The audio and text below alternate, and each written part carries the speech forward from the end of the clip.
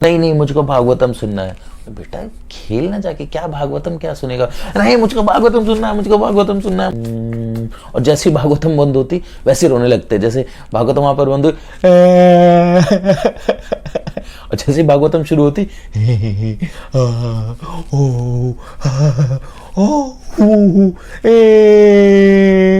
भागवतम शुरू, भागवतम बंद। कृष्णा कृष्णा कृष्णा कृष्णा कृष्णा कृष्णा कृष्णा कृष्णा कृष्णा कृष्णा कृष्णा कृष्णा कृष्णा। प्रभु जी थोड़े ऐसे वगैरह, माला कर रहा हूँ, माला रुक जाओ, हरे कृष्ण कृष्ण कृष्ण हरे हरे। प्रभु जी ये प्लीज थोड़ा कर देना सर। अब अभी हुआ है ना 15 माला हुआ है, एक माला और करूंगा उसके बाद आऊंगा, जाओ यहाँ से। हरे कृष्ण। सेवा मिलना इतना आसान नहीं है। सेवा जिसको मिल रही है इसका मतलब कि उसने कितने कितने लाखों करोड़ों जन्मों में कितने कितने पुण्य किए हैं जिसकी कोई गिनती नहीं है, तब जाके कोई भगवान की सेवा में आ पाता है। तो इट्स नॉट ईजी। ऐसे कितने लोग कितने जीव घूम रहे हैं जो भगवान की सेवा कर पाते हैं, भगवान की भक्ति भी कर रहे हैं, बट भगवान की सेवा में लगना इट्स वेरी टफ। और जिसने इस सेवा का महत्व समझ लिया, जिसने समझ लिया कि इस सेवा का मतलब क्या है, what is the importance of this service of the Lord, फिर समझ लो कि उसका जीवन धन्य हो गया। हाँ चलो हम चलते हैं देखने। हाँ कौन है आए देखें। हाँ भाई पान वाले बड़ा संस्कृत बोल रहे हो भाई। हाँ चला शुरू करो, देखो हम भी जरा कितना संस्कृत जानते हैं। तुम मिट्टी मटका बेच रहे हो, वाह भाई वाह, पंडित बने हैं, मतलब ब्राह्मणों से तुम ऐसी बातें कर रहे हो। वहां अरे हम तो पहले ही कहते थे ढोंगी है ये ढोंगी, देखो कैसे बुखार से मरा है। अरे पापी था पापी, इतना बड़ा पापी था तो ऐसा ही होना था। अरे इससे भी गंदा रोग होना था, इसको तो ऐसे ही मरना था। ये क्या था?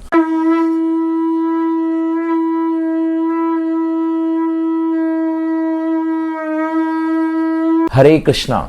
आज नरोत्तम दास ठाकुर जी का आविर्भाव दिवस है। तो नरोत्तम दास ठाकुर जी कौन है? उन्हें वैष्णव चूड़ामणि कहा जाता है, मतलब कि वैष्णव में जो ज्वेल होते हैं वो हैं हमारे नरोत्तम दास ठाकुर जी। तो नरोत्तम दास ठाकुर जी के बारे में सुनना, उनके बारे में पढ़ना, उनके बारे में कथा करना, ये सब अपने आप में दिव्य है। तो आप इनकी कथा सुनेंगे तो आप भी भाव विभोर हो जाएंगे, क्योंकि नरोत्तम दास ठाकुर जो हैं उनकी कथा ही कुछ ऐसी है। नरोत्तम दास ठाकुर जी का जन्म आज से लगभग 500 वर्ष पूर्व हुआ था, 1530 में। मतलब कि महाप्रभु ने लीला समाप्त की थी लगभग 1532 में, और 1530 में नरोत्तम दास ठाकुर जी का जन्म हुआ था।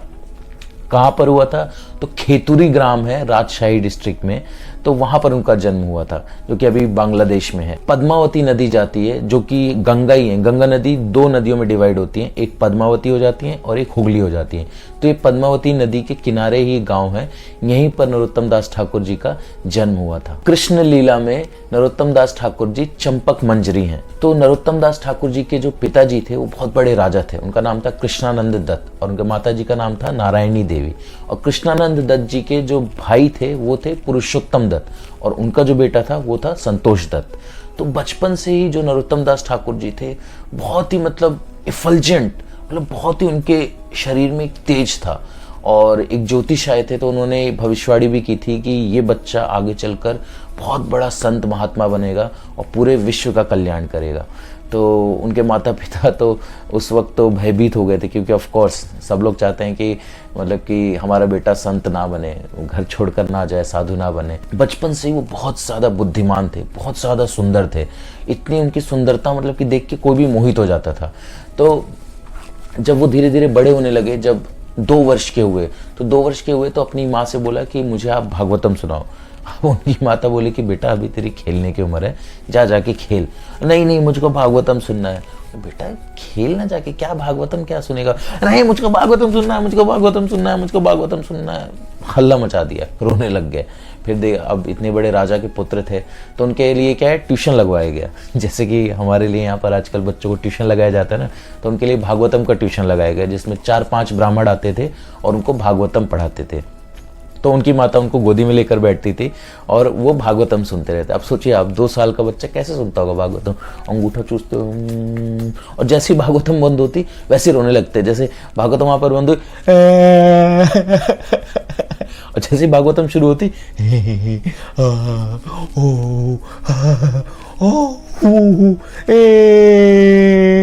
भागवतम शुरू, भागवतम बंद, भागवतम शुरू, तो लाइक दिस। मतलब उनका इतना, मतलब बचपन से ही वो भागवतम के प्रति उनकी इतनी रुचि थी, तो उनकी माँ उनको रोज अपनी गोदी में बिठाकर वो भागवतम करते, जो ब्राह्मण आते और वो सुनाती। तो धीरे धीरे उनकी माँ भी भागवतम सुनती, तो उनका भी कॉन्शियसनेस इतना प्योर हो गया कि वो भी कृष्ण भक्त बन गए। और वही नहीं, उनके बहुत सारे रिश्तेदार उनके सब कृष्ण भक्त बन गए। बचपन से ही प्रचार कार्य उन्होंने शुरू कर दिया। तो नरोत्तम दास ठाकुर के आने से पहले ही नरोत्तम दास ठाकुर के आने की भविष्यवाणी हो गई थी। और भविष्यवाणी की किसने थी? स्वयं चैतन्य महाप्रभु ने। तो चैतन्य महाप्रभु जब एक बार वृंदावन जा रहे थे, तो रास्ते में जैसे रामकेली में वो रूप गोस्वामी और सनातन गोस्वामी से मिले। फिर थोड़ा आगे जाकर आगे कनेर नटशाला एक जगह है, तो वहां पर वो रुके। तो पद्मावती जो नदी है उसी के किनारे, तो वहां पर भाव विभोर होकर चैतन्य महाप्रभु रोने लग गए कीर्तन करते। सब कीर्तन कर रहे थे जोरदार, सबके साथ में अद्वैताचार्य जी थे, नित्यानंद प्रभु थे, उनके सारे पार्षद थे, और खूब जोरदार कीर्तन हो रहा था। और कीर्तन करते करते करते करते महाप्रभु रोने लग गए। तो सबने देखा, और रोते रोते महाप्रभु क्या नाम चिल्लाने लगे, नरोत्तम नरोत्तम नरोत्तम। तो सबने सोचा कि शायद भगवान को बुला रहे हैं, क्योंकि भगवान का एक नाम नरोत्तम भी है, मतलब कि जो नरों में उत्तम हो उन्हें नरोत्तम कहते हैं। तो लेकिन फिर चैतन्य महाप्रभु ने बताया कि नहीं, मैं अपने भक्त नरोत्तम को बुला रहा हूं, जो कि अभी इस संसार में आएगा और पूरी संसार में जो है ये हरिनाम का प्रचार करेगा और सबका कल्याण करेगा। फिर उन्होंने वहां पर उनके लिए पद्मावती नदी को प्रेम आश्रु दिए थे। तो बोले थे कि ये जो जब आएगा नरोत्तम दास ठाकुर मेरा भक्त, तो आप उनको दे देना। तो पद्मावती नदी जो गंगा जी हैं, उन्होंने बोला कि लेकिन मैं उन्हें पहचानूंगी कैसे? तो महाप्रभु ने कहा आप चिंता मत करो, जब वो आएंगे और आपके अंदर प्रवेश करेंगे तो आपका जो पानी है वो मतलब कि ओवरफ्लो होने लगेगा, मतलब सब बाहर आने लगेगा पानी। तो उन्होंने बोला ठीक है, मैं ऐसा ही करूंगी। फिर जब नरोत्तम दास ठाकुर जी 12 वर्ष के हुए, तो उनको स्वप्न में नित्यानंद प्रभु ने कहा कि आपके लिए वहां पर प्रेम छोड़ा गया है, तो आप उसको जाकर ले लीजिए पद्मावती नदी से। तो नरोत्तम दास ठाकुर जी सुबह उठे और भागते हुए गए, और जैसे ही उन्होंने पद्मावती नदी में एक पैर रखा अपना, वैसे ही नदी जो है उबाल मारने लगी, सारा जल बाहर आने लगा। तो वो समझ गई, पद्मावती नदी जो गंगा जी है वो समझ गई कि यही है नरोत्तम दास ठाकुर। फिर उनको वो प्रेमाश्रु दे दिया, और नरोत्तम दास ठाकुर ने उसमें स्नान किया, उनको प्रेमाश्रु दे दिया। और जब वो वहां से निकले, बिल्कुल चेंज, टोटली चेंज। मतलब वैसे तो थे ही बचपन से इतने भक्ति भाव और इतना ज्यादा वो भगवान के प्रति समर्पित, लेकिन जब उस नदी से स्नान करके निकले और जब महाप्रभु का वो उनको वो मिला, जो प्रेम मिला, तब वो टोटली चेंज। मतलब कि उनका पूरा, मतलब उनकी बॉडी से एक तरह की लाइट निकलने लगी, और इतना इतना तेज बढ़ गया, इतना पूरा, मतलब उनका कॉम्प्लेक्शन ही चेंज हो गया। फिर जब वो घर गए, मतलब मदमस्त हो गए एकदम, जैसे पागल हो जाते हैं ना, वैसे पागलों की तरह कृष्णा कृष्णा कृष्णा कृष्णा कृष्णा कृष्णा कृष्णा कृष्णा कृष्णा कृष्णा कृष्णा कृष्णा कृष्ण कृष्ण कृष्ण कृष्णा कृष्णा कृष्णा कृष्णा कृष्णा कृष्णा कृष्णा कृष्णा ही करने लगे। कृष्ण के अलावा कोई नाम लेते ही नहीं वो। तो जब घर गए, उनके माता पिता ने देखा, अरे ये क्या हो गया? तो माता पिता को वो ज्योतिष की बात याद आ गई कि अब लगता है ज्योतिष की बात सच होने का समय आ गया। तो माता पिता उनके बहुत डर गए। तो उनके पिताजी राजा थे, तो उन्होंने क्या किया, उनके आसपास बहुत सारे सिपाही लगा दिए कि देखो उनको पकड़ के रखो भैया, अब ये निकल ना जाए। तो ऐसे करके फिर उनकी शादी भी कर दी थी कि मतलब कि कैसे बस बांध के रख लो इसे, कैसे भी बंध जाए बस बंधन में। लेकिन कौन सा शादी का बंधन रोक पाता? तो वो इतना ज़्यादा, मतलब कि उनका मतलब उस टाइम से एकदम वो टोटली चेंज हो गया। वो उनसे रहा ही नहीं जा रहा था। He wanted to go Vrindavan, Vrindavan जाना चाहते थे वो। तो लेकिन जा नहीं सकते थे, इतने सारे सिपाही थे, माता पिता थे उनके, तो पॉसिबल नहीं था। लेकिन फिर उन्होंने भगवान से प्रे किया, चैतन्य महाप्रभु से, कि प्लीज़ प्लीज़ प्लीज़ मुझे वृंदावन जाना है, वृंदावन जाना है, अरेंजमेंट करो। तो फिर अरेंजमेंट किया भगवान ने। कैसे कि उनके पिताजी जो थे कृष्णानंद दत्त और उनके भाई पुरुषोत्तम दत्त, उनको नवाब हुसैन जो वहाँ का था, उस टाइम मुगलों का राज होता था ना, तो उन्होंने बुलाया था। तो चले गए थे। तो उन्होंने कैसे न कैसे करके यहाँ पर चकमा देकर अपने माता को और सिपाहियों को कैसे चकमा देकर वो निकल गए। और जो वो निकले, तो ऐसा निकले वो मतलब ऐसे भागे, ऐसे भागे, भागे भागे भागे भागे, कृष्णा कृष्णा कृष्णा कृष्णा बोलते हुए, जो रास्ते में मिलता कृष्णा कृष्णा, जो भी उनको देख रहा है रास्ते में, अरे ये कौन भाग रहा है, ये कौन भाग रहा है, इतना तेज इस बच्चे के शरीर से निकल रहा है, ये कौन है, कौन है। और वो जहां भी देखे कृष्णा कृष्णा कृष्णा कृष्णा कृष्णा कृष्णा कृष्णा कृष्णा कृष्णा कृष्णा बोलते हुए भाग रहे थे। और भागते भागते मतलब कि उनको पता ही नहीं वो कब से भाग रहे हैं, दिन रात भागते गए, ना कुछ खाया ना कुछ पिया, बस भाग रहे थे वो। और भागते भागते उनके शरीर में जख्म भी हो रहे थे, पैर में छाले पड़ रहे थे, बट वो किसी की भी चिंता नहीं कर रहे थे, किसी की भी चिंता नहीं। उनको बस एक ही धुन थी कि मैं कब वृंदावन पहुंचूं। और उनको दो चीज़ था, देखो, एक तो कि पीछे से मुझे पकड़ने के लिए ना आ जाएं, है ना, मेरे जो पिताजी हैं उनके सिपाही वगैरह, तो वो ना आ जाएं। और दूसरा था उनको कि भगवान का उनसे मिलन, मतलब कि वृंदावन धाम उनको पहुंचना था। तो दोनों उत्कंठा एक साथ उनके अंदर थी, तो जिसकी वजह से वो कंटिन्यूसली भाग रहे थे। ऐसी उत्कंठा हमारे अंदर होनी चाहिए कि मतलब कि भगवान से मिलने की, भक्तों से मिलने की, भक्तों का संग करने की, भक्तों से कथा सुनने की, और भक्तों के दर्शन करने के लिए, धाम यात्रा करने के लिए, धाम दर्शन करने के लिए। ये सारी जब हमारे अंदर उत्कंठा होगी, उसका 1% भी अगर नरोत्तम दास ठाकुर का हमारे अंदर उत्कंठा हो गया, तो समझ लो कि हमें भक्ति प्राप्त हो गई। तो नरोत्तम दास ठाकुर जी भाग रहे हैं, भागते भागते वो बेहोश हो गए, थक के। क्योंकि ऑफ कोर्स कोई भी अगर इतना भागेगा कंटिन्यूअस, ना कुछ खा रहा है ना पी रहा है, तो क्या होगा। तो फिर एक ब्राह्मण आया गोल्डन कॉम्प्लेक्शन में, उन्होंने दूध दिया कि ये लो, इसको पी लो। तो फिर उनको स्वप्न में सनातन गोस्वामी और रूप गोस्वामी आए, तो उन्होंने उनके चेस्ट पे ऐसे हाथ रखा और वो दूध पिलाया उनको। तो उनके जितने भी जो बॉडी में स्कार्स थे, जो भी चोट जख्म छाले हुए थे, वो सब गायब हो गए। तो वो कोई सड़क देखकर नहीं भाग रहे थे कि मैं इस सड़क से, अच्छा ये डायरेक्शन है, ये रोड कहाँ जाती है, अच्छा ये वृंदावन जाती है, पूछ के। ऐसा नहीं, ये रोड कहाँ जाती है, अच्छा अब यहाँ से राइट लेना है लेफ्ट लेना है, ऐसा कुछ नहीं। डायरेक्शन देख के कि अच्छा सूर्य का ये डायरेक्शन है, वृंदावन इस तरफ है, तो इस तरफ पश्चिम तरफ मुझको भागना है। भागते भागते सूर्य को देख के, बीच में नदी आ रही है, खेत आ रहा है, झाड़ आ रहा है, जंगल आ रहा है, कंटीले वृक्ष आ रहे हैं, कोई फर्क नहीं पड़ रहा उनको, भागते जा रहे हैं। और फाइनली फिर वो वृंदावन पहुंचे। और वृंदावन जाकर वो सीधे कहाँ गए, राधा गोविंद मंदिर में। तो देखिए सारा अरेंजमेंट जो है अपने आप हो रहा था। अरेंजमेंट कैसे हो रहा था कि राधा गोविंद मंदिर में कौन थे, जीव गोस्वामी। तो जीव गोस्वामी जब वो गए वहाँ राधा गोविंद मंदिर में पहुंचे, तो जीव गोस्वामी ने देखा, अरे इतना तेजवान बालक, ये कौन है। तो जीव गोस्वामी ने पूछा, आप कौन। तो उन्होंने बताया, मेरा नाम नरोत्तम है। तो जब जीव गोस्वामी ने सुना नरोत्तम, तो जीव गोस्वामी प्रफुल्लित हो उठे, क्योंकि जीव गोस्वामी को पता था कि चैतन्य महाप्रभु ने बताया था ना कि नरोत्तम मेरा भक्त आएगा। तो वो उन्होंने तुरंत जो है उनको गले लगा लिया। जीव गोस्वामी ने बोला कि मैं आपकी ही प्रतीक्षा कर रहा था। क्यों? क्योंकि आपको प्रचार करना है। तो उन्होंने पुस्तक लिखी थी, 6 पुस्तक लिखी थी जीव गोस्वामी ने, जिस षट संदर्भ कहते हैं। तो उनको बोला कि ये इसको लेकर जाओ और आपको प्रचार करना है, लेकिन उससे पहले आपको दीक्षा लेना है। तो दीक्षा किससे लेना है, लोकनाथ गोस्वामी से। लेकिन लोकनाथ गोस्वामी ने प्रण किया था कि मैं कोई शिष्य नहीं बनाऊंगा पूरे जीवन में। क्यों? क्योंकि वो अपने आप को इस लायक ही नहीं समझते, तो वो अपने आप को इतना तुच्छ समझते। जो वैष्णव होते हैं ऐसे ही होते हैं ना, तृणादपि सुनीचेना तरुरपि सहिष्णुना अमानी ना मान देना कीर्तनीय सदा हरि। ये क्वालिटी होती है वैष्णवों की। हम तो पढ़ते रोज हैं कोशिश करते हैं, लेकिन हम बन नहीं पाते। लेकिन वो जो साक्षात जीती जागती मूर्ति थे हमारे जो आचार्य, तो लोकनाथ गोस्वामी ने प्रण किया था कि नहीं, मैं तो इस लायक ही नहीं, इतना तुच्छ हूँ मैं तो अपने आप को विष्टा में पड़े हुए कीड़े से भी तुच्छ मानते थे वो। और जबकि कितने महान आचार्य थे वो, कि उनकी कोई कंपैरिजन नहीं है उनका। तो ऐसे ही गौर किशोरदास बाबा जी भी थे, सिर्फ उनके एक ही डिसाइपल हुए, भक्ति सिद्धांत सरस्वती ठाकुर जी। ऐसे ही लोकनाथ गोस्वामी जी के भी एक ही शिष्य हुए, कौन, नरोत्तम दास ठाकुर जी। तो कैसे हुआ कि वो उनके पास गए कि मुझे दीक्षा दे दीजिए। लोकनाथ गोस्वामी ने बोला, नहीं मैं नहीं दे सकता दीक्षा, मैं इस लायक नहीं हूँ, आप जाइए। फिर वो उनके पीछे पड़ गए, नहीं आप दीक्षा दीजिए। दूसरे दिन गए, तीसरे दिन, बार जाते, बार मना कर देते लोकनाथ गोस्वामी जी। फिर फाइनली नरोत्तम दास ठाकुर जी थे, उन्होंने बोला ऐसे तो दीक्षा मिलेगी नहीं, मैं इनकी सेवा ही कर लेता हूँ, दीक्षा तो मिलेगी नहीं। तो क्या करते कि जब लोकनाथ गोस्वामी जहाँ पर सुबह जाते थे अपना मल त्याग करने के लिए, तो उस स्थान को क्या करते लोकनाथ गोस्वामी, शाम को मतलब रात को अंधेरे में जाते और उस स्थान को बिल्कुल साफ कर देते।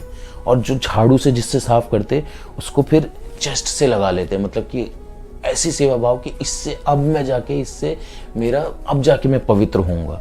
ऐसी भावना थी गुरु के प्रति, ऐसा समर्पण था। तो लोकनाथ गोस्वामी रोज देखते कि मैं रोज स्थान पे आता हूँ, रोज ये बिल्कुल साफ मिलता है स्थान, कौन करता है? ऐसा 1 वर्ष तक चलता रहा। 1 वर्ष तक लोकनाथ गोस्वामी सोचते रोज ये कौन साफ कर रहा है, कौन साफ कर रहा है, समझ नहीं पा रहे थे। और रातों रात नरोत्तम दास ठाकुर जी साफ कर देते वो जगह। तो फिर एक दिन लोकनाथ गोस्वामी ने बोला अब तो मैं पता लगा कर ही रहूंगा ये करता कौन है। तो वो क्या हुआ, वो पेड़ के पीछे छुप गए। तो फिर रात को आए नरोत्तम दास ठाकुर जी, उन्हें साफ किया तो लोकनाथ गोस्वामी सामने आ गए। तो जैसे ही आए तो नरोत्तम दास ठाकुर जी उनके चरणों पर गिरकर रोने लग गए। तो लोकनाथ गोस्वामी का हृदय पिघल गया और वो इतना ज़्यादा उनसे प्रभावित हो गए कि हाँ ये तो मतलब इनको तो दीक्षा देना ही पड़ेगा। तो फिर फाइनली उनको लोकनाथ गोस्वामी जी ने दीक्षा दी नरोत्तम दास ठाकुर जी को, और उनका नरोत्तम नाम था तो नरोत्तम से उनका नाम रखा नरोत्तम दास। फिर उनकी दीक्षा हो गई। तो फिर क्या हुआ ना कि ये उन्होंने इतनी सेवा की, तो सेवा से ही सारा उनको ज्ञान आ गया था। मतलब इससे हमें पता चलता है कि सेवा का कितना महत्व है। इवन हम लोग जो हरे कृष्ण महामंत्र जपते हैं ना, हरे कृष्ण कृष्ण कृष्ण हरे हरे, हरे राम राम राम हरे हरे, आपको पता है क्यों ये जपते हैं? इसका मतलब है कि हम भगवान से सर्विस मांग रहे हैं कि भगवान मुझको सेवा दीजिए, मुझको अपनी सेवा में लगाइए, मुझको अपनी सेवा में लगाइए। हम भगवान से भीख मांग रहे हैं। सो इतना सेवा का महत्व है। कई लोग क्या होता है इस चीज़, इसका वैल्यू समझते नहीं सेवा का, सर्विस का। वो लोग क्या करते हैं, नाम जप करते हैं, कोई आता है बोलता है प्रभु जी थोड़ा सेवा कर, माला कर रहा हूँ, माला रुक जाओ, हरे कृष्ण कृष्ण कृष्ण हरे हरे, प्रभु जी ये प्लीज थोड़ा कर देना सर। अब अभी हुआ है ना 15 माला हुआ है, 1 माला और करूंगा उसके बाद आऊंगा, जाओ यहाँ से, हरे कृष्ण कृष्ण कृष्ण। तो उनको पता ही नहीं है कि इसका मतलब क्या है। ये जो हम माला कर रहे हैं उसका मतलब ही यही है कि हम भगवान से सेवा मांग रहे हैं। तो कभी भी सेवा आती है हमको कभी भी मना नहीं करना चाहिए। और सेवा मिलना इतना आसान नहीं है। सेवा जिसको मिल रही है इसका मतलब कि उसने कितने कितने लाखों करोड़ों जन्मों में कितने कितने पुण्य किए हैं जिसकी कोई गिनती नहीं है, तब जाके कोई भगवान की सेवा में आ पाता है। तो इट्स नॉट ईजी। ऐसे कितने लोग, कितने जीव घूम रहे हैं जो भगवान की सेवा कर पाते हैं, भगवान की भक्ति भी कर रहे हैं, बट भगवान की सेवा में लगना इट्स वेरी टफ। और जिसने इस सेवा का महत्व समझ लिया, जिसने समझ लिया कि इस सेवा का मतलब क्या है, what is the importance of this service of the Lord, फिर समझ लो कि उसका जीवन धन्य हो गया। फिर वो भक्ति में बहुत बहुत बहुत आगे बढ़ चुका है जिसने सेवा का महत्व समझ लिया। So it's a different topic. सेवा के ऊपर हम फिर कभी बात करेंगे, बिकॉज ये बहुत बड़ा टॉपिक है सेवा का। अभी फिलहाल हम आते हैं नरोत्तम दास ठाकुर जी के ऊपर। तो नरोत्तम दास ठाकुर जी ने सेवा की तो उनको अपने आप सारा दिव्य ज्ञान उनके अंदर आ गया। तो जीव गोस्वामी ने फिर उनको थोड़ा और अच्छे से नॉलेज वगैरह दिया। फिर उनके दो लोग और आ गए थे, श्यामानंद पंडित और श्रीनिवास आचार्य। तो वो तीनों स्टूडेंट थे उस टाइम पे जीव गोस्वामी के। तो श्यामानंद पंडित और श्रीनिवास आचार्य और नरोत्तम दास ठाकुर, ये तीनों फ्रेंड बन गए थे। तो जीव गोस्वामी ने फिर तीनों को भेजा प्रचार करने के लिए अपनी पुस्तकें देकर। तो नरोत्तम दास ठाकुर को बोला कि आप अपने ग्राम में जाकर खेतुर में प्रचार करिए। तो तीनों निकल गए। तो जब वो रास्ते में जा रहे थे तो वहाँ बीच में एक राजा था। तो उसको पता चल गया। तो उसको किसी ज्योतिष ने बोला कि 3 लोग आ रहे हैं और इनके संदूक में बहुत ही कीमती चीज़ थे। तो उसने, राजा ने क्या किया, वो संदूक उनकी चोरी करवा दी जिसमें वो बुक्स थे। तो ऑफ कोर्स कीमती चीज़ तो थी ही उसके अंदर, बट राजा एक्सपेक्ट कर रहा था कि कुछ उसके अंदर धन निकलेगा, कुछ सोना चांदी निकलेगा। बट उन्होंने जब देखा बोला वो क्या है, ये तो बेकार है, हटाओ इसे। तो जब इनको एहसास हुआ कि अरे वो संदूक चोरी हो गया तो उनको बहुत दुख हुआ तीनों को। लेकिन श्रीनिवास आचार्य ने बोला नरोत्तम दास ठाकुर जी को कि आप जाओ खेतरों में जाकर आप प्रचार कार्य शुरू करो और वो पुस्तकें जो है वो मैं लेके आ जाऊंगा, आप चिंता मत करो। फिर बाद में वो पुस्तकें मिल गई थी। तो नरोत्तम दास ठाकुर जी गए, पहले नवदीप मायापुर मंडल गए, वहाँ पर उन्होंने पूरा सबके दर्शन किए, वैष्णवों के दर्शन किए। फिर वहाँ से जगन्नाथपुरी गए, वहाँ पर उन्होंने सारे दर्शन किए। फिर आए अपने गांव खेतुरी में। तो जब खेतुरी पहुंचे तो उनको पता चला है कि उनके पिताजी कृष्णानंद दत्त और उनके ताऊ जी पुरुषोत्तम दत्त, उनका देहांत हो गया है। और संतोष दत्त जो पुरुषोत्तम दत्त के बेटे थे, यानी कि इनके कजन ब्रदर, वो राजा बन गए थे वहाँ के। तो संतोष दत्त ने जब देखा नरोत्तम दास ठाकुर को तो बहुत खुश हो गया और खुशी से उनको गले लगा लिया। फिर उन्होंने बोला कि आप जो है यहाँ पर प्रचार करो, मैं आपके लिए बहुत बड़ा मंदिर, भव्य मंदिर बनाऊंगा। तो वहाँ पर फिर संतोष दत्त ने बहुत ही बड़ा भव्य मंदिर बनाया और वहाँ से फिर नरोत्तम दास ठाकुर जी ने प्रचार कार्य शुरू किया। तो वहाँ से उनका प्रचार कार्य बढ़ने लगा और वहाँ पर उन्होंने 6 डीटीज इंस्टॉल की। गौरांग वल्लभी कांता, श्री कृष्णा व्रज मोहना, राधा रमन हे राधे, राधा कांत नमोस्तुते। तो उन 6 डिटीज के नाम क्या थे? गौरांग, वल्लभी कांत, श्री कृष्ण, व्रजमोहन, राधा कांत और राधा रमण।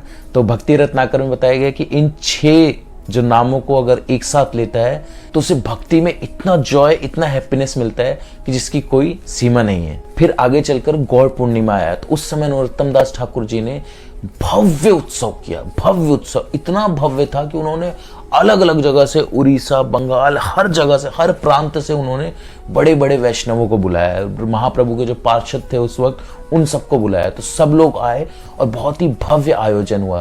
तो रात भर वहां पर कीर्तन चलता रहा। जब नरोत्तम दास ठाकुर जी कीर्तन कर रहे थे तो चैतन्य महाप्रभु, नित्यानंद प्रभु, अद्वैताचार्य, सारे पार्षद उनके वहां पर प्रकट हो गए। चैतन्य महाप्रभु बीच में नृत्य कर रहे हैं, उनके सारे पार्षद उनको घेर के नृत्य कर रहे हैं। तो ऐसा कीर्तन नरोत्तम दास ठाकुर जी, इतना मधुर उनका जो कंठ था, इतना मधुर था, इतना मधुर वो कीर्तन करते थे कि कहते हैं पत्थर पिघल जाते थे।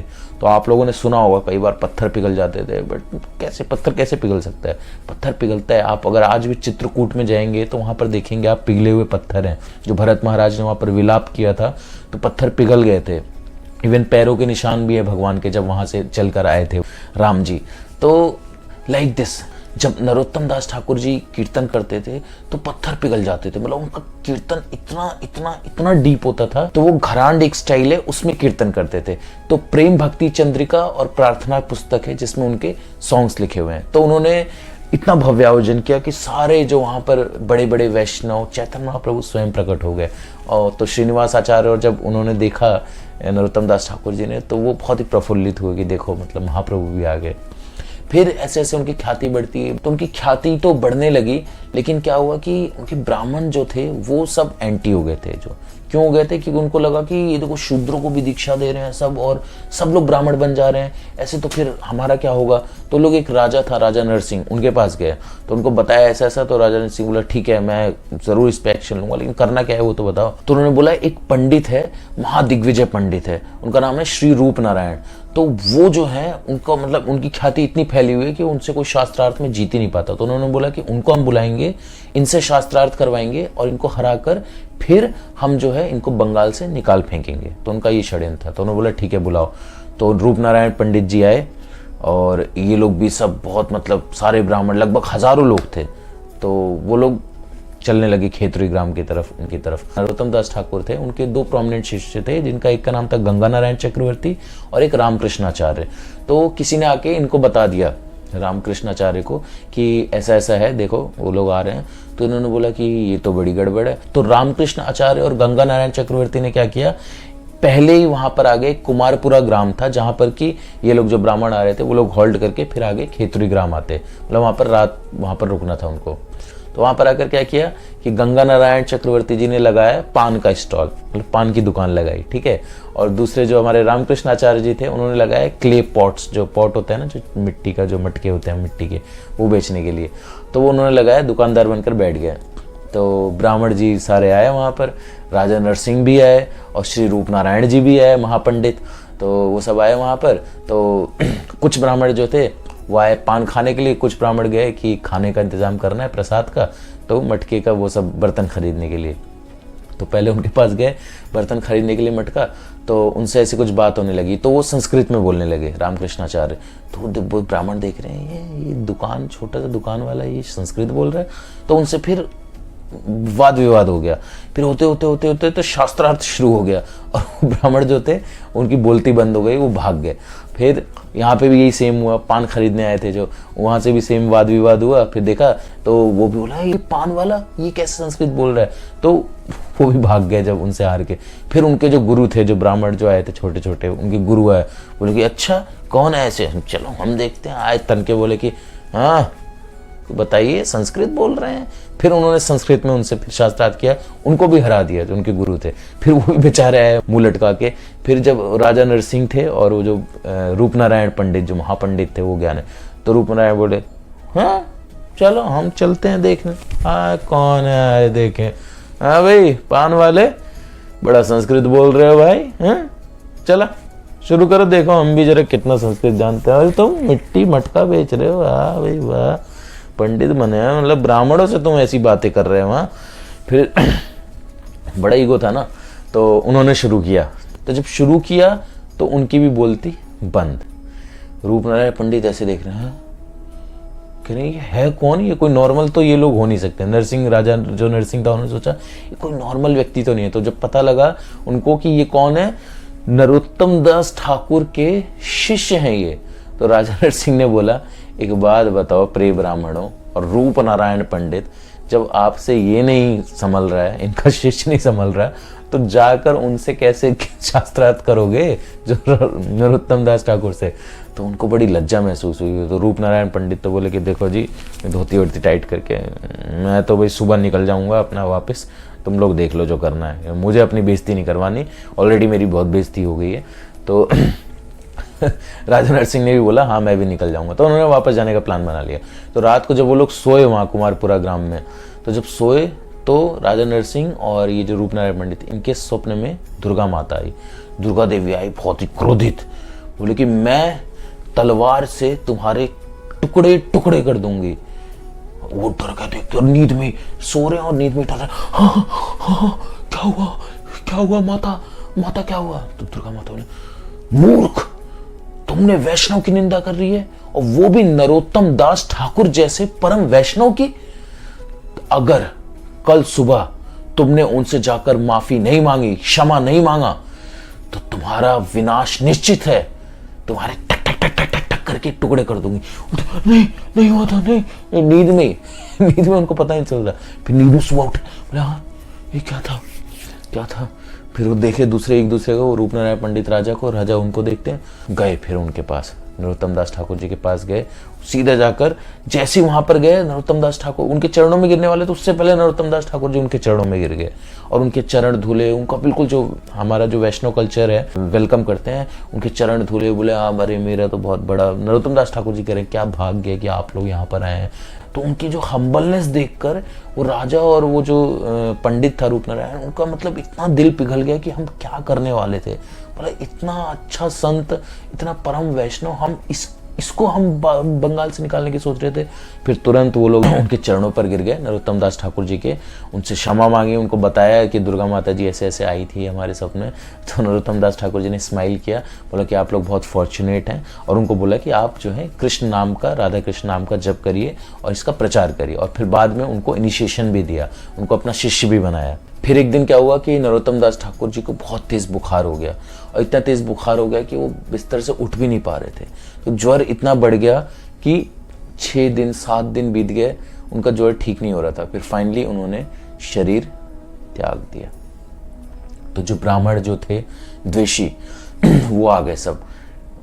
ऑफ कोर्स वो तो मौका ढूंढ रहे थे ना, तो आ गए, अरे हम तो पहले ही कहते थे ढोंगी है ये, ढोंगी देखो कैसे बुखार से मरा है। अरे पापी था, पापी, इतना बड़ा पापी था तो ऐसा ही होना था। अरे इससे भी गंदा रोग होना था, इसको तो ऐसे ही मरना था, इसको तो कीड़े पड़ेंगे, नरक में भी जगह नहीं मिलेगी। ऐसे ऐसे करके सब ब्राह्मण जो द्वेषी थे सब इकट्ठा हो गए, सब ऐसे ऐसे उल्टा सीधा बोलने लगे। तो उनके शिष्य जो थे वो सबसे रहा नहीं गया, उन्होंने हाथ बंद कर लिया, उन्होंने प्रे करने लगे कि ये इतना ये लोग इतना बड़ा अपराध कर रहे हैं ये लोग कि इनका तो कहीं उद्धार हो ही नहीं सकता, ये लोग तो नरक से कभी बाहर आएंगे नहीं। नरोत्तम दास ठाकुर से प्रे किया कि अब आप ही इनका कल्याण करिए, आप ही कुछ करिए, आप ही कल्याण करिए इनका। तो नरोत्तम दास ठाकुर जी उठकर खड़े हो गए और जब वो उठकर खड़े हो गए सारे ब्राह्मण ये क्या था सारे ब्राह्मणों की देख के हालत खराब। तो नरोत्तम दास ठाकुर जी ने बोला कि मैं आप लोगों के ही लिए वापस आया, आप लोगों के कल्याण के लिए। तो सारे जो ब्राह्मण थे वहाँ पर दंडवत कर दिया और फिर उनसे दीक्षा भी ली बाद में। तो लाइक दिस नरोत्तम दास ठाकुर जी ने बहुत चमत्कार भी किए, बहुत सारे चमत्कार किए। जैसे कि एक बार क्या था कि एक ब्राह्मण था, विप्रदास के घर में गए तो उसने बहुत अच्छे से वेलकम किया नरोत्तम दास ठाकुर जी का। फिर वो उनके घर में ना एक बहुत जहरीला सांप रहता था विप्रदास का, जो उनका स्टोर था। तो वहाँ पे विप्रदास जी बहुत डरते थे, वहाँ पे जाते नहीं थे क्योंकि वो सांप के डर से। तो उन्होंने बताया जब नरोत्तम दास ठाकुर जी को, तो नरोत्तम दास ठाकुर जी गए उसके अंदर स्टोर में, और वहाँ से वो देखा तो सांप गायब, और नरोत्तम दास ठाकुर किसके विग्रह लेकर आ रहे हैं, महाप्रभु और विष्णु प्रिया माता जी के। तो विग्रह वो लेकर आए, तो विग्रह आज भी स्थापित है गंभीरट में। और एक बार ऐसे क्या हुआ कि नरोत्तम दास ठाकुर जी नाम जप कर रहे थे, और नाम जप करते करते करते करते करते वो गोलोक चले गए। तो गोलोक में वहाँ पर राधा कृष्ण होली खेल रहे थे, और होली खेल रहे थे तो वो भी होली खेलने लगे, और जब वो वापस आए तो उनके कपड़ों पर रंग लगा हुआ था।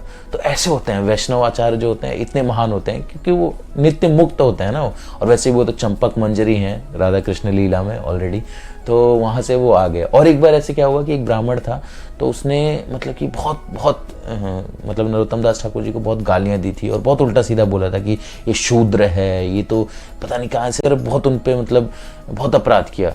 तो उसको क्या हुआ, उस ब्राह्मण का शरीर गलने लगा। कुष्ठ रोग होता है ना, कुष्ठ रोग, ऐसे उसका शरीर, उंगलियां गलने लगी धीरे धीरे, सब कुछ मतलब शरीर कुष्ठ रोग है, लिप्रोसी जिसे हम कहते हैं। तो फिर वो कुष्ठ रोग इतना वो हो गया कि वो ब्राह्मण का ऐसी हालत हो गई कि उसने सोचा कि अब मैं सुसाइड कर लेता हूँ, अब तो कोई फायदा नहीं, मतलब इस शरीर को ढोने से क्या फायदा। हाँ, तो वो जब रात को सोया तो दुर्गा माता जी उनके स्वप्न में आई। उन्होंने बोला कि अरे मूर्ख, तू सुसाइड कर भी लेगा, अगर तू आत्महत्या कर भी लेगा तो भी कई कई जन्मों तक, जन्म जन्मांतर तक तेरा उद्धार नहीं होने वाला। इससे अच्छा सिंपली नरोत्तम दास ठाकुर के पास जा, उनके पैरों पर गिर, उनसे क्षमा मांग, तो तेरी सारी जो अपराध हैं तो मुक्त हो जाएगा उनसे। तो वो अगले दिन उठा, वो ब्राह्मण गया नरोत्तम दास ठाकुर जी के चरणों में गिरा और उनसे क्षमा मांगी, तो फिर उसका जो है रोग बिल्कुल ठीक हो गया। तो ऐसे बहुत सारी लीलाएं नरोत्तम दास ठाकुर जी ने अपने जीवन काल में की। फिर फाइनली वो कैसे गए इस धराधाम से कि उन्होंने अपने शिष्यों को बोला कि आप लोग कीर्तन करिए, और कीर्तन करते करते वो लोग पद्मावती नदी के किनारे गए और बोला कीर्तन करते रहो करते रहो करते रहो, कीर्तन मत रोकना। और पद्मावती नदी थी, उसके अंदर प्रवेश किया उन्होंने, और गंगा नारायण चक्रवर्ती और रामकृष्णाचार्य को बोला कि आप लोग मेरे ऊपर जल फेंकिए, जल फेंकिए। तो उसके अंदर घुसे और उनसे बोला कि जल फेंकिए। तो वो जल उन्होंने फेंका, और कीर्तन जोरदार हो रहा था चारों तरफ से, चारों दिशाओं से, और धीरे धीरे धीरे धीरे धीरे धीरे उस जल में वो जो है उनका शरीर गलने लगा, उनके हाथ जो है गलने लगे, और गल के क्या, दूध बनता गया। हाथ उनका गल के दूध बनता गया, फिर धीरे धीरे पैर उनके गलते गए, दूध बनता गया। ऐसे ऐसे उनका पूरा शरीर जो है वो गल के दूध बन गया और पद्मावती नदी में मिश्रित हो गया। तो इस तरह से उन्होंने अपनी लीला समाप्त की। इसलिए उनका कोई समाधि नहीं है, क्योंकि वो ऐसे डिसअपियर हो गए। हाँ, उनके गले की जो माला थी उन्होंने पहनी हुई थी, वो शिष्यों ने ले लिया था, और उसका उन्होंने फिर समाधि बाद में बनाया था। तो आप अगर उनके बारे में पढ़ना चाहते हैं तो भक्ति रत्नाकर, प्रेम विलास, नरोत्तम विलास, ये 3 पुस्तकें हैं जिसमें उनके बारे में लिखा हुआ है, नरोत्तम दास ठाकुर जी के बारे में आप पढ़ सकते हैं। नरोत्तम दास ठाकुर जी ने बहुत सारे भजन भी लिखे हैं, जिसमें से पर्सनली जो मेरा फेवरेट है वो है जे अनिलो प्रेम धन करुणा प्रचुर, ये न प्रभु को था गेला आचार्य ठाकुर। तो ये एक ऐसा भजन है कि जिसको सुन के अपने आप आपके आंखों में भक्ति में आंसू आ ही जाएंगे। तो ये बेसिकली ये जो भजन लिख रहे हैं नरोत्तम दास ठाकुर जी, ये विरह में लिख रहे हैं। जो वैष्णव हैं उनसे जब अलग होते हैं तो कैसा लगता है, तो आप लोग ये भजन अवश्य याद सुनिएगा, और इसका ट्रांसलेशन, इसका अर्थ के साथ कि इसका मतलब क्या है, और it would be a great experience. जिसने सुना है वो जानता है इस भजन के बारे में, और जिसने नहीं सुना है आप लोग प्लीज़ आज ज़रूर सुनिएगा। This is my personal recommendation. तो नरोत्तम दास ठाकुर जी ने पूरे जीवन अपने सिर्फ नाम जप पे बल दिया। उन्होंने नाम जप पे, राधा कृष्ण कहते थे, राधा का नाम लेंगे तो कृष्ण मिलेंगे, कृष्ण का नाम लेंगे तो राधा मिलेंगे। इसलिए हम लोग क्या बोलते हैं, हरे कृष्णा। हरे कृष्णा मतलब कि हरे मीन्स कौन, राधा रानी, और कृष्ण कृष्ण, इसलिए हम दोनों नाम साथ में लेते हैं। उन्होंने बोला कि आप लोग हरे कृष्ण महामंत्र का जप करिए, और जो भागवत गीता और भागवतम है उसे आप पढ़िए। किसके संग में, भक्तों के संग में, भक्तों के संग में उसे पढ़िए, भक्तों श्रवण करिए, तब जाके हमारे जीवन का जो लक्ष्य है भगवत प्रेम हमको मिल पाएगा। तो ऐसे हमारे नरोत्तम दास ठाकुर जी थे। इनके बारे में कहने के लिए बहुत कुछ है, बहुत कुछ है, बहुत कुछ है, लेकिन हम इतना कुछ कह नहीं सकते यहाँ पर। तो हम प्रे कर सकते हैं आज नरोत्तम दास ठाकुर जी से उनके आविर्भाव दिवस पे कि हमें भी वो एक रंच मात्र रंच मात्र, लेश मात्र जो भक्ति है हमें प्रदान करें, जो उनके अंदर था। तो उनका एक रंच मात्र भी हमें मिल गया, एक टुकड़े का भी टुकड़ा अगर मिल गया तो हमारा जीवन सक्सेसफुल है। So let's pray to Shrila Narottam Das Thakur ji for our spiritual life. Shrila Narottam Das Thakur की जय। श्रीला नरोत्तम दास ठाकुर आविर्भाव दिवस की जय। जगत गुरु श्रील प्रभुपाद की जय। निताई गौर प्रेमानंदे। हरि हरि बोल। हरे कृष्णा।